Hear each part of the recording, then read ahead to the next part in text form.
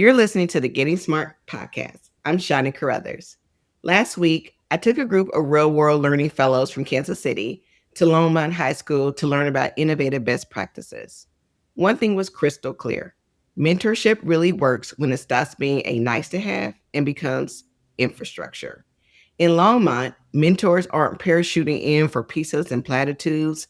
They're woven into the week, matched to student interests, synced to coursework, and backed by a host city that treats talent development like a civic responsibility. As one Longmont leader put it, once mentors are on board, they start speaking to their colleagues, and before you know it, students are being impacted in positive ways. That's the spark for today's conversation. If experience is the expectation, mentorship is the on ramp, and the real question is how to build systems that make it reliable, scalable, and equitable. How do we match well, keep the workload realistic, and line up paid opportunities so first gen and under resourced students don't have to rely on luck? To dig in, I'm joined by three guests who led this work from different angles. Jen Chow, co-founder and COO of Polygence, a personalized research platform where students drive passion projects with expert mentors. Rahul, mentor and PhD trained biomedical research and AI specialist, new founder of Hypothesis to Hardware, applying AI to accelerate life science innovation. And Zohra Khawaja, youth leader and founder of Hearts Against Homelessness, bringing a student lens on what meaningful mentorship actually feels like. Let's talk about building mentorship that moves beyond good intentions into durable practice and why it's the lever so many communities, including all of our own, can pull right now. Jen, Rahul, Zohra, welcome to the podcast. Great to be here. Thanks for having us. Thank you. Absolutely. Thank you. Yes. Thank you. So good to see you all. Jen, I'll start with you. I mentioned that you are the co-founder and COO of Polygence, the personalized research program that empowers students. What I would like to know is for our listeners who are new to just this idea, can you walk us through what the journey looks like for a typical student around just that project-based learning and expert mentorship? Yes, absolutely. So, what's really interesting about our platform is basically we meet students where they're at. So, whatever the student is interested in doing a project on, whether it's biomedicine, neuroscience, French history, art history, whatever it might be, we find the perfect subject fit for them in a mentor. And that's someone like Rahul, who maybe has a PhD or is currently studying in a PhD program, or they might be an industry expert, let's say a Wall Street trader or a NASA engineer. And we pair them on our platform where they meet online over the course of usually 10 sessions, but it can be more, to work on a tangible outcome of a project. Now, sometimes it's a research paper, sometimes it's something more creative, an organization or a podcast, even. And students meet over the course of, let's say, 3 to 6 months with their mentors to work on this project. And then they finish the program with some kind of tangible outcome, whether, again, a paper or something more creative. Well, through your process, which sounds really significant and meaningful, intentional, thoughtful, all of the great adjectives. You have brought over 6,000 learners and 2,500 mentors, which is a feat for sure, in just over 6 years. What does that mentor student pairing process look like, and how do you ensure that it's a good fit? I know you say you kind of do it as interest aligned, but sometimes even when it's interest aligned, that doesn't necessarily mean it's a good fit. And so, what is your process? Yeah, that's a really good question. And I mean, the match is seriously where the secret sauce is and where the spark is, right? Because if we believe in mentorship, we really believe in the power of that individual to really inspire the student and to get them to fall in love with learning and to get them to really love the subject. And so we actually have a whole team dedicated to matching. So our student operations team is a team of educators and sort of pedagogues who care deeply about the student experience, who look at our students' applications, look at their interviews, and then obviously intimately knows the mentor base really well so that they can suggest and recommend matches. Now, as Rahul knows, and as you also mentioned, Shawnee, it's not always a fit because it might be the perfect subject area fit, but it may not be a personality fit, or there might be, I don't know, time zones, scheduling issues that make it such that the student can't work with this mentor. And that's why we have what we call sort of a mentor satisfaction guarantee, where If after the first session, or maybe even the first two sessions, you feel like I'm just not clicking with this mentor, even though he's studying exactly the thing that I want to do my project in, we do a rematch because we understand that sometimes these things happen. The other thing I'll mention too is actually a lot of times we get parents who ask for, hey, can I actually have a mentor from Harvard or from Chapel Hill or from, I don't know, Cornell, because that's where I want my kid to go. And we often have to do a little bit of sort of re education of the families as well so that they understand that the most successful projects that we've seen are when the personality is a fit and when the subject matter is a fit, because we're trying to instill a sense of curiosity in students, and that's just the most important thing. And so the kind of brand name attraction is always going to be there. It's very natural, but it's something we have to sort of work with and against at times. And Rahul, as a mentor, talk to me about what your experience has been. Yeah, I think Jen hit it out of the park there. I think she characterized all the different nuances really well and shed a lot of important light on it. Just to add on a couple of things from the mentor side, the Polygence team does a great job. I am always super excited when I'm paired up with a student. Those initial sessions are so fun in terms of starting to explore that subject matter kind of interest, but also the personalities. I'm someone that certainly did benefit from having mentors that align well in both dimensions of subject matter and, let's say, working style or mentorship style, even more broadly. So that's something that I emphasize a lot. And there's actually some great, I would say, different kind of opportunities within the Polygence platform, like the Launchpad program, for example. I think that's fantastic, where students actually are able to almost kind of do what I would call like graduate rotations, but with different mentors. So they chat with three different mentors. They could be all in the same area, it could be in different areas. And just because they're three different folks, you're naturally going to have three different personalities. And something I emphasize in those sessions with my students is tell me about how you like to work. Like, how do you like to communicate? Do you want someone more hands on, more hands off? And all those important aspects outside of the alignment on the technical side of things. And it just makes for an amazing experience on the mentor side. I'm sure Zohra has some insights on the student side. Yeah, definitely. I mean, I think it was really obvious how careful Polygence was when I first applied and when I was accepted.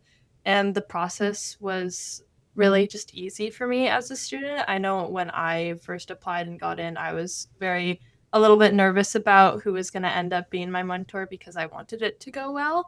And I was lucky enough that the first match ended up working perfectly, and I really enjoyed how she taught me and how she led me along my research journey. And it was just a really good fit, which I think is so important. A lot of the times, younger people aren't even necessarily going to speak up if it's not a great fit. They're just like, we're going to stick with what we have, and I'm going to just stay silent. And I remember like one of the first things my mentor told me was, if this doesn't seem like a good fit for you, totally fine. I want this to be a good experience for you. And I remember just being like, okay, I have a chance. I'm able to kind of talk about what I need and vocalize that and get to where I need to go by communicating. And Zora, like you said, fortunately, you were able to kind of have a perfect fit kind of the first time. But like you said, fully recognizing that that is not always the case. And so, if a young person is listening to this and they're kind of struggling with what some of those words might be in order to be able to have the experience that works for them, what advice would you tell them in order to be able to speak up and have that agency?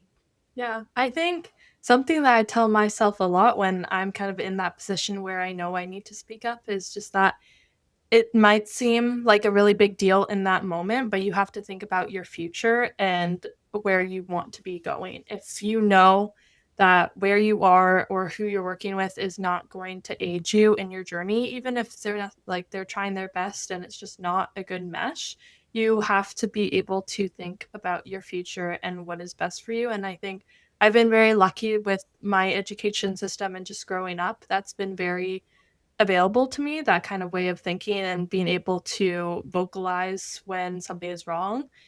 And it's a very hard kind of lesson to learn when you're younger, is just being able to put yourself first in a sense and be able to recognize, I need to think about my future and where I want to go. And if this isn't necessarily helpful for me. I need to be able to be comfortable vocalizing that. Jen, your platform, even if a learner maybe didn't grow up having the same kind of experiences or that agency was kind of built into the system, your platform allows them to kind of center in on what their needs are, and so they can kind of begin to get the best match possible. And your mission in general is just to equip students with those critical thinking skills, like Zohra was just articulating, to thrive now and in the future. And so in the era of AI and instant answers, why is this skill more important than ever? Because we want students to have it even outside of like systems, like computer systems and technology,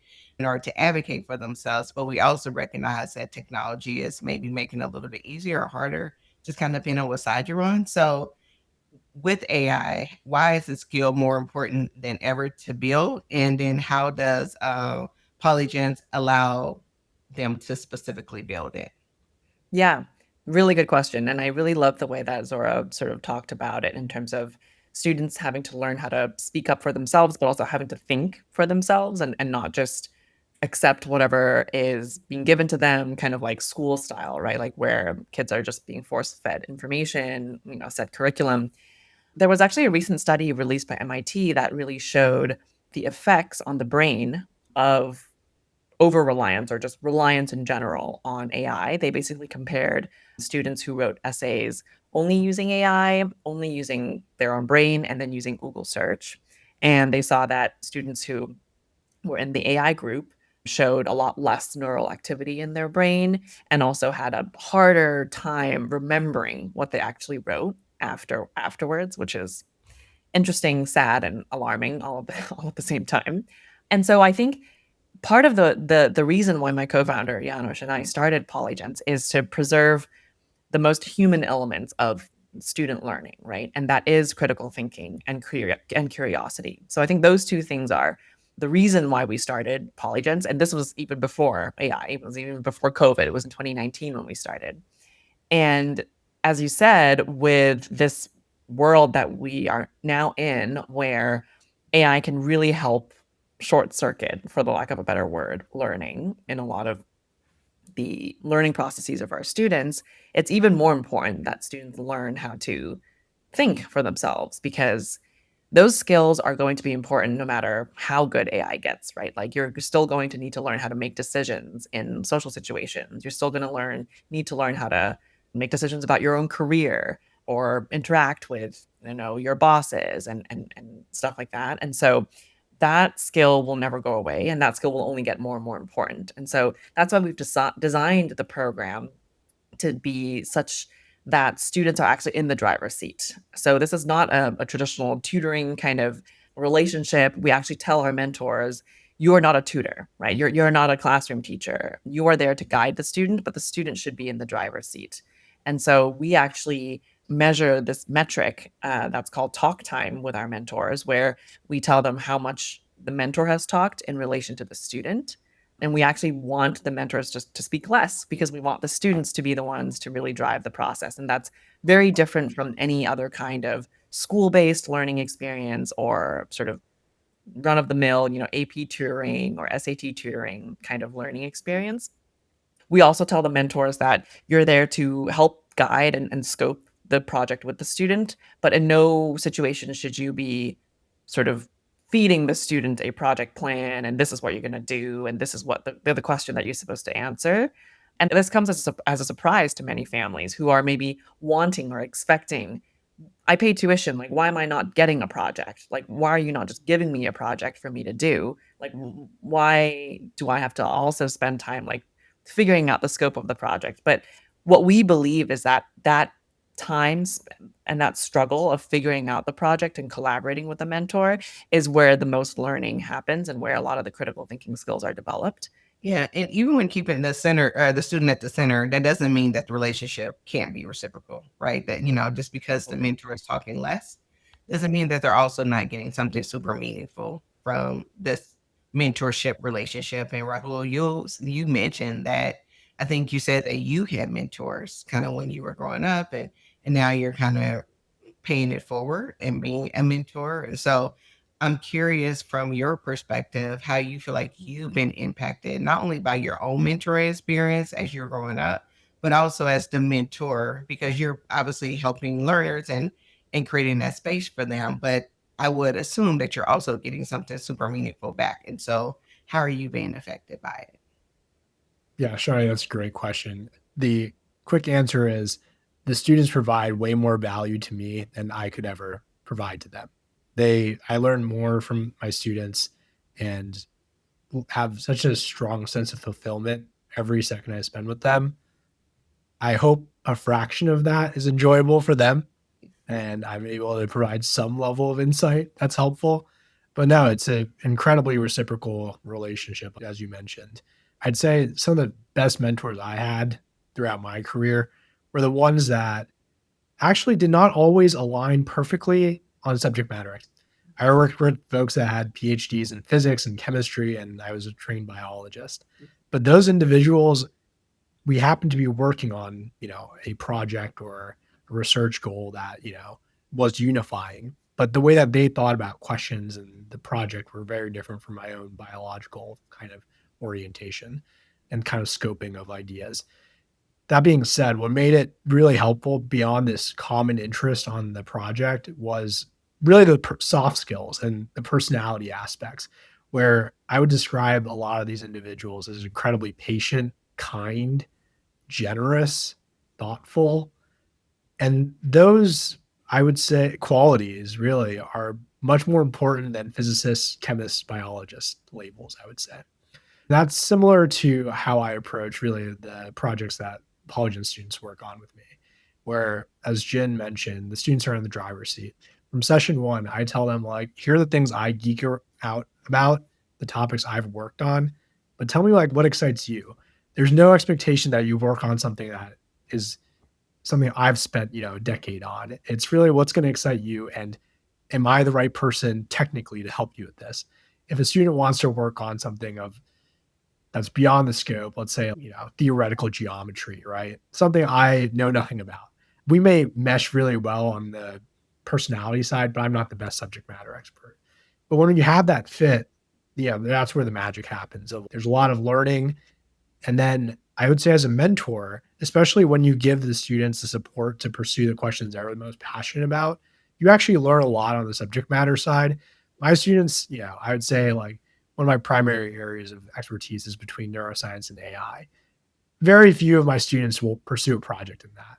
They'll have something in biomedical research plus AI. And I actually learn a lot from them on the technical side as we're working through the project. But also as a mentor, you're given the opportunity to, I would say, propagate the best qualities of your previous mentors, but also adapt your own style to meet the needs of a new generation. What my students have really taught me is at this early career stage, the way that they're able to communicate with professionals is really astounding to me. And it's something I've started to appreciate more and more. And it makes me really excited for when they go off to college and throughout their academic careers. They're really well poised. I think Zohra had mentioned this too.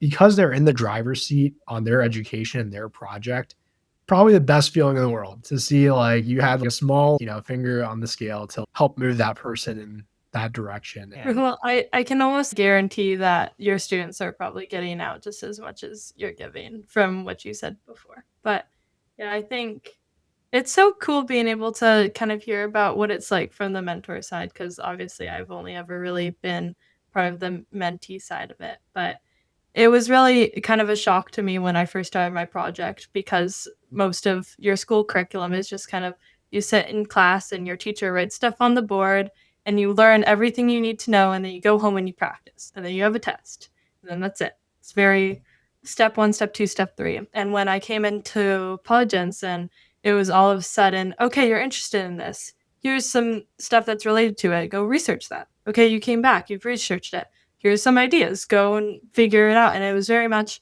I really thought it was the perfect kind of combination of here, I'm guiding you, but also this is your project, your paper. I'm not writing it for you. And it was really exciting for me because I got to learn just for the sake of learning and not learn so I could be quizzed on it or so a grade would show up on my transcript. And that was very jarring, just kind of coming into my first session and being like, oh, okay, it's my project. It's not my mentor and me's project. They're helping me, they're guiding me, but I'm the one that's really, as Jen said, in the driver's seat. And it allowed me to also be a lot more proud and fulfilled when I finished that project, because it was really me sitting down and knowing I did this. I had help, I had guidance, but this is what I was able to put my mind to and create. Things are spot on. It's, I think being a mentor in this situation, you really have to be that support for the student. When we really think about it, it's something quite unusual for in 3 to 6 months for someone to go from the classroom where they're being, and this is one of my favorite things that probably Jen, that's in all of the recordings with my sessions with my students, where I always say that this isn't like school. I'm not grading you. I'm not judging you. I'm literally like here to just help. Like anything you need to succeed like that, that's what I'm here for. Like we're not, there's no A, B, C, D, or F in this situation. If anything, if you're not learning and succeeding and having fun, that's a failure on my end. Uh, and I think it just creates this incredible collaborative dynamic that I think Jen can speak to kind of like as like part of the vision and how it's manifested over the years. But that's what is really probably one of the most fulfilling parts of being a mentor. And it's cool to hear from Zohra's side that as a mentee, that's also as jarring and challenging as that can be, it's still rewarding for the student. Absolutely. You both are going to make me cry. This is basically like the reason why we started Polygence, and the experience that we hopefully gave to 6,000 students over the past 6 years. But one more thing I wanted to add, listening to you both talk, is that I think this kind of experience, as you said, Zohra, is jarring because it's often the first time a student has ever been asked, what do you want to do, right? What do you want to learn? What do you want to make out of it? Rather than being given instructions like you need to write this paper, you need to create this whatever cardboard model. And it's a really scary moment for a lot of high schoolers. Some of them come to us when they're 14, some of them come to us when they're 16, but it's this very first time that like they have to make decisions, and sometimes it's really stressful and scary for the student. And I think what's also really interesting is because we work with students from all over the world, not just North America, Canada, and the US, sometimes we see that this is even more scary and hard for students who are from, let's say, where I grew up. I grew up in Hong Kong and East Asia, where the education system is even more rigid, even more sort of force feed style. And it's just really interesting and super rewarding when mentors get to work with those students and crack open that shell even just a little bit, so that towards the end of the program, at least they have begun to sort of understand what it's like to think for themselves, what it's like to come up with their own ideas and pursue them without the constant sort of permission seeking from a mentor or a teacher or a principal or something like that. Yeah, I love how, first of all, I just love listening to all of this and how you all get to kind of hear everything from each other's perspective, and maybe that hasn't really occurred before. So it's really beautiful. And I also love how mentoring is just like this great unifier for people and for learners who are coming from all different backgrounds, but how, having a mentor really can propel any student forward. And Zohra, you talked about your experience deeper, and I love the way that you laid it out about this is kind of how school normally is. But when you kind of have this mentoring relationship, you have more leverage, more agency. And we've heard some really positive things, but we also know that not all learners are able to take advantage of this opportunity with a mentor, or maybe just don't know how. And so, based on, from I guess your perspective, how would you suggest that we provide this opportunity for more learners? How would you suggest that we scale it? Because there's no negative, right, for the youth to have this experience, but still 100% of youth aren't having this experience. Mm-hmm. Yeah, that's an amazing question. I think I've also been super lucky that I grew up kind of in a place like my parents put me in Montessori when I was in elementary school. So I've had time to kind of do my own school projects and learn at my own pace. And I think that's been so, so important for me, being able to just kind of have my own opinions and forming that. And that's so important for every single youth to be able to have. And I think for it to be part of every curriculum worldwide where teachers are aware of kind of the benefits of having that and just implementing it within their curriculum. Obviously, there's really not going to be any kind of world where students are just kind of able to go out and do whatever they want. There has to be some sort of structure, but I think introducing that, especially in the earlier ages like I was, where you have your set curriculum, but you also have maybe an hour every day called Genius Hour, where every week you chose one topic that kind of interested you and you spent an hour every day kind of researching it. And then you went up in front of the class and you presented it. People would make wheelchairs for our paralyzed class guinea pig, or I did a project on catapults or something. And it was really just all over the map. You got to kind of choose what you were interested in. And that was so, so important. And looking back, so amazing for me to be able to do that when I was in grade 3 or 4, when I was 8 years old, and just being able to kind of study and look into anything that was interesting me at the time. So I think having that, kind of experience, and especially in your earlier education in elementary school, or I know in the US we do middle school as well, but just kind of having that early on, even just 1 hour a day or a week, being able to explore what you're interested in learning basically is super, super important, and something that I think should be kind of implemented in schools across the world. Go ahead, Rahul. Oh, I was just gonna say it's kind of a phrase that I borrowed from Jen, this idea of a passion project, right? That's so important for a young person. And I personally did not have a research passion project when I was in going through my K through 12 education, but I did have this kind of real fascination and passion for bringing awareness to like world hunger, and especially, coming from part of the, I was born in India. It's something I saw very frequently, poverty. So it's been a big passion of mine throughout my whole life. And I remember in high school, I had an opportunity to actually create like a local chapter for this like global, organization to bring more awareness and resources for malnourished communities. And it was my first passion project. Granted, then in graduate or in college, I kind of shifted. My passion projects became very science oriented and research focused, and that bug hasn't quite left. Like 12 years later, I'm a lifelong geek and nerd, I guess. But the opportunity to provide that to the youth, I think it just channels your energy. And, when you're at that age, you have that energy and time, and being able to channel it into a productive way where you're able to nerd out and geek out on something and go so deep. And I think, as Jen points out, actually have a tangible result at the end. That's so special. It's not something that very nebulous of, well, this is, this chat GPT rabbit hole I went on for an hour or something. It's no, this is something after the course of 3 to 6 months that I actually have a concrete work product to show for it. And, as when we think about that challenging learning paradigm, right, going from a traditional didactic system to being kind of self-sufficient and motivated. One of the things I find as a mentor to be very helpful is I remind my students how much they've learned. So when they're stuck on some code, I like to hit pause and say, do you remember 3 weeks ago when we couldn't open the terminal? And now we're like trying to troubleshoot some like advanced like machine learning like scripts.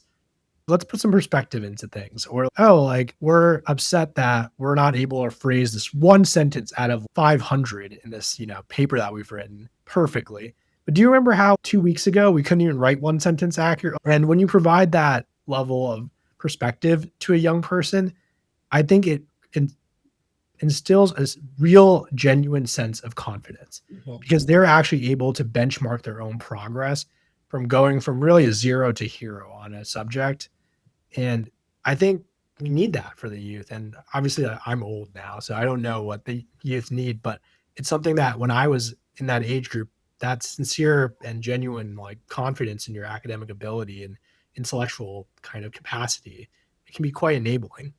Yeah, and I don't think that ever leaves you, Rahul. Like, I don't think curiosity is not for the youth, right? You said that that bug just hasn't left you, and that just means you're a lifelong learner, which is the goal, right? And I know Zohra was speaking to like that Genius Hour, and you were connecting it back to our passion project, and Zohra, you have been able to take that thinking around the Genius Hour and really diving in deeper and building kind of your own passion project around homelessness. And so you have your work with Hearts Against Homelessness has a deeply personal origin. I won't share, but I'll allow you to share. But I know that it was sparked from a close friend who became unhoused in high school.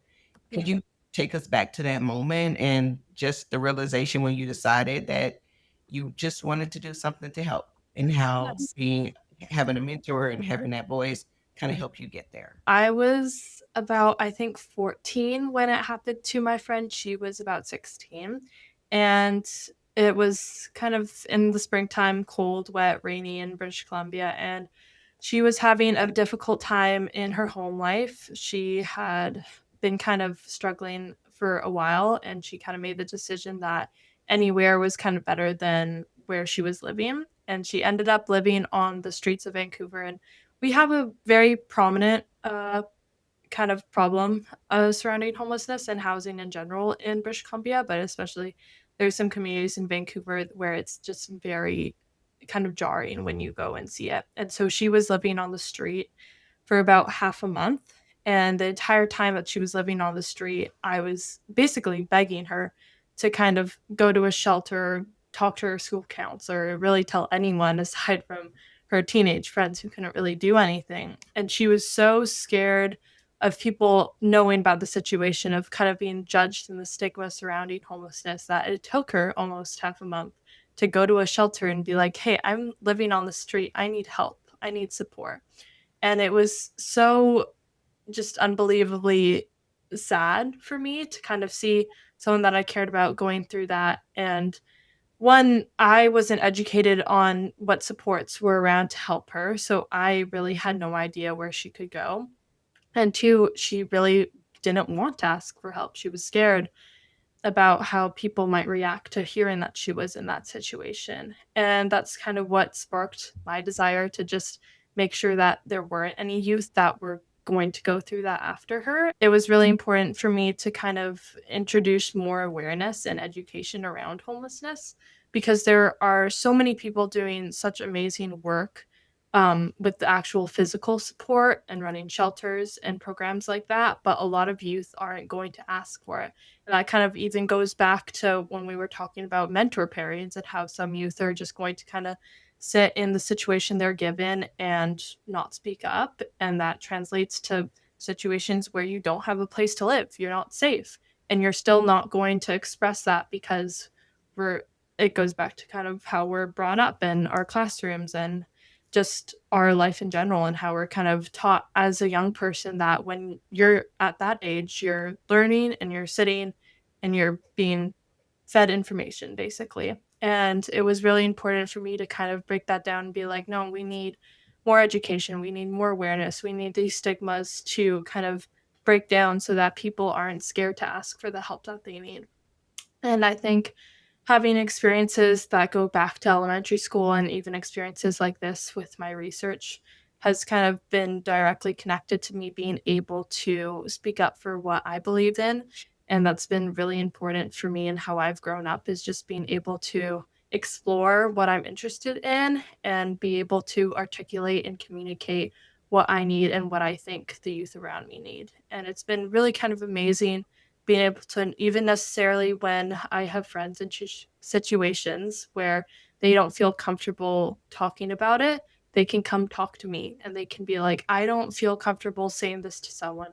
Can you say something broadly for me or something like that? And it's just been really amazing seeing the kind of impact I can make, and how it all goes back to my friend who was in that situation and the support that she needed, and being able to kind of provide that support that would have helped her when she was going through that is really, it's something that is, it means a lot to me, and it's something I'm very passionate about. Yeah. Jen, as you think about your work, and we've talked about a lot of again the positive sides of mentorship, we also recognize that sometimes learners have greater challenges that they have to overcome before they can even get into the space of maybe mentor or being mentored. How do you work alongside those learners to ensure that they still have access to those opportunities while also recognizing some of the very real life challenges that they may be experiencing? Yeah, good question.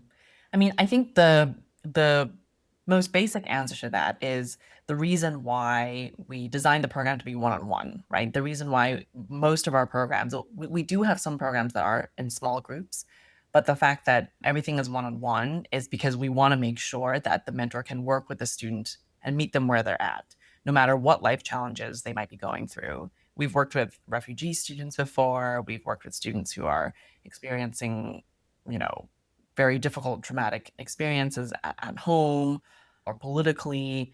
And the fact that it is a one-on-one mentorship experience makes it such that it can be 100% personalized. And that's something that's really important to us. Now, because it's one-on-one, it's also the tuition is also higher. And so that also makes it less accessible in some sense to some students, which is why we have our own scholarship program that we have started and stood up ever since really day one of Polygence's existence. And we award it to students who come through that, are it's a need-based scholarship program, financial aid program. And so we look at students across the world who apply, who meet that sort of income threshold, and we look at our mentor availability and we sort of make judicious decisions there. It's always really difficult. I always want to accept all of the students, but at the same time, obviously, we want to make sure that we compensate mentors because this is hard work and it's a lot of time of the mentors. So, yeah, it's always a constant tug of war between accessibility and wanting to make sure that students get the personalized one-on-one attention that they deserve.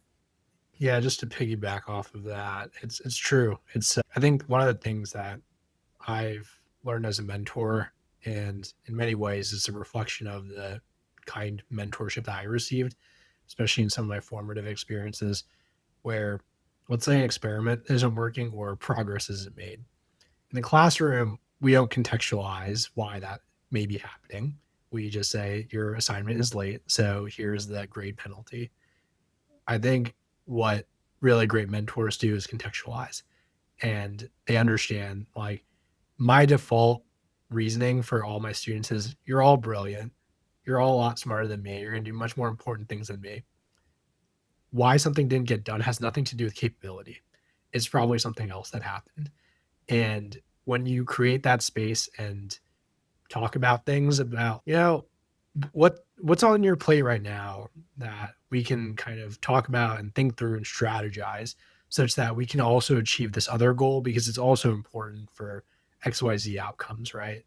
And when you can have those candid discussions, and as just mentioned, they're most tractable in a one-on-one setting. It makes for a really special experience where often you have that 3-minute conversation and someone is just, yeah, XYZ happened at the school lunch table today, and I've just been like totally out of it. And then, as a mentor, at least for me, like I sit there and I'm just like, that happened to me when I was 16 too. Why don't we just let's call this like a half session or something. Why don't you go do something fun?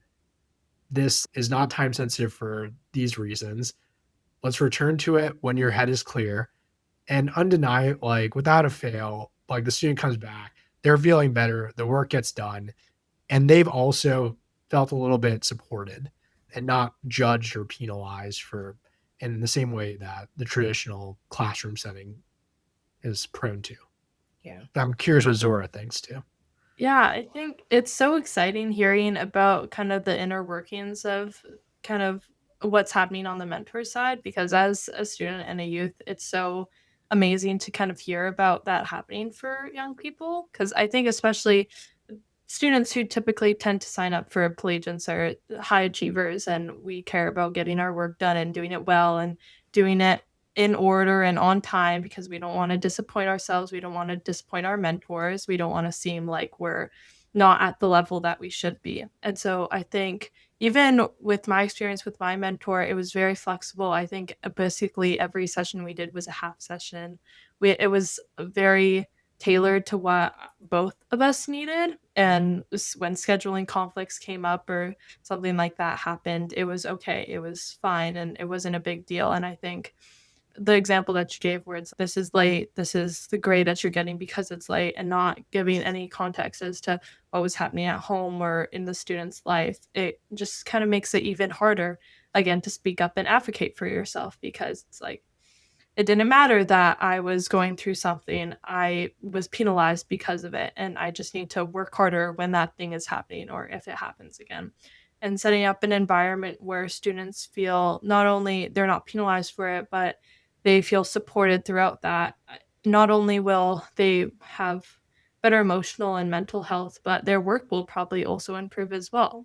Yeah. And you're really leaning into the mental health component of your work as well. And as a result, Zohra, you've been named as one of BC's, I know you're in Canada, 25 under 25, which is an amazing feat. Yes, Rahul is giving, and Jen are giving you applause, and it's so well deserved. You won an Ingenious Plus Innovation Award for your education program. How has this recognition helped you to expand your mission for Hearts Against Homelessness? How's it helped to expand your mission? And just what is your ultimate vision in Canada for your organization? Yeah, I think, well, first of all, the recognition is obviously it's something that means a lot. Just knowing that your impact is seen and it matters, and also, especially as a young person, having those kinds of words behind you is very important for just being heard and being listened to. And I think, although that recognition is super amazing and feels great, I think it's also a little bit unfortunate that there's a lot of young leaders who don't have the words behind them and therefore are a little taken a little less seriously. But it's definitely been super important for kind of getting our mission out there and allowing other people to learn about it. And I think even just the impact we've been able to make in a little less than a year, just not even with the numbers, but just being able to see the actual youth and understand their stories and learn about them, and also see how things are changing. Like, I've had the opportunity to talk with ministers of education and district principals, and have been able to kind of use my voice to advocate for what I believe all youth need to have, and seeing that it's actually being listened to, and there are higher ups and adults who are taking it into consideration and really understanding it and wanting to understand it further is super, super amazing. And it makes me so grateful that I've been able to have that journey of impact. I'm a senior student now, but even in university and beyond, I want to continue kind of scaling that and getting to a point where not even in Canada, but just all over the world, homelessness is something that is talked about for students, and it's not something that is kind of stigmatized and dragging students down, because our main mission really is to make sure that every youth can thrive and feel safe and supported no matter how they're living or where they're living. And it's been really, really amazing to kind of see that the impact is getting somewhere and it's actually making a change in communities. And yeah, just that recognition of the work mattering is really, really important, especially for young people who, what, like when I was starting out, it took me a while to kind of tell myself I'm actually going to do this because I can make a difference. So proud of you, Zohra. So incredible. Thank you. No, I was just going to say, it's listening to Zohra, and it'll be great to see the longitudinal stories of these 6,000 students and seeing where they end up. And my guess is they're going to go very far and have very far-reaching impact. And Zohra is just a great example of that. I think we should all be so proud of what she's accomplished. That's the perfect way to close our conversation. This has been beautiful, and Rahul said very inspirational. And Zohra, I love when you said, I can make a difference. And that's what we want all learners to feel. So thank you all for your time and sharing your hearts and your stories. And Zohra and everyone, but Zohra, good luck, and we'll be following your journey for your program, and we are supporting you. Thanks for tuning in to the Getting Smart podcast today. We want this podcast to be actionable, insightful, and a great way to learn about what's next in learning. In order to stay on the cutting edge, we need people in the field to tell us what they're hearing, what they're wanting, and what they're needing to learn more about. Got a topic or a guest in mind? Send your recommendations to me, Mason at gettingsmart.com. And if you like what you're hearing, don't forget to leave a review in Apple Podcasts or subscribe wherever you listen. Feel free to share the podcast on social media using the hashtag GSPodcasts. Thanks so much.